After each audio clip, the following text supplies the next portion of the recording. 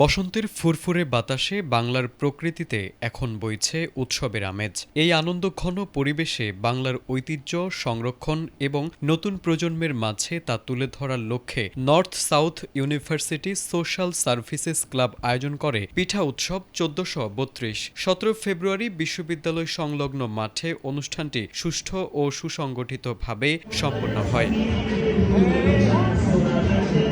উক্ত আয়োজনে বিশ্ববিদ্যালয়ের শিক্ষার্থী, শিক্ষকবৃন্দ, কর্মকর্তা কর্মচারী সহ অনেকে রঙিন ও দেশীয় সাজসজ্জায় অংশগ্রহণ করেন। শিক্ষার্থী ও শিক্ষকরা নিজ উদ্যোগে বিভিন্ন স্টল স্থাপন করেন। এসব স্টলে দেশের বিভিন্ন অঞ্চলের ঐতিহ্যবাহী পিঠার সমাহার প্রদর্শন ও পরিবেশন করা হয়, যা ছিল আয়োজনের মূল আকর্ষণ।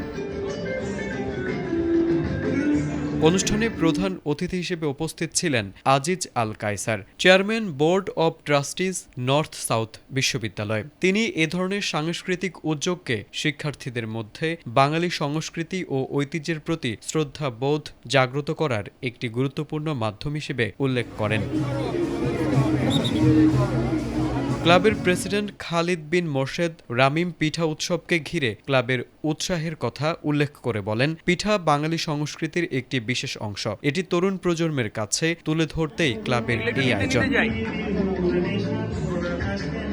ক্লাবের ফ্যাকাল্টি অ্যাডভাইজর মেজবাউল হাসান চৌধুরী বলেন, সমাজসেবার পাশাপাশি জাতির ঐতিহ্য রক্ষাও আমাদের দায়িত্ব।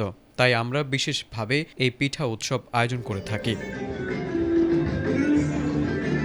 এবারের পিঠা উৎসবকে ঘিরে ক্লাবের সকল প্রচেষ্টা স্বতঃস্ফূর্তভাবে সম্পূর্ণ হয়েছে। বিশ্ববিদ্যালয়ের সবার অংশগ্রহণে অনুষ্ঠানটি হয়ে ওঠে আরও বর্ণিল ও আনন্দময়।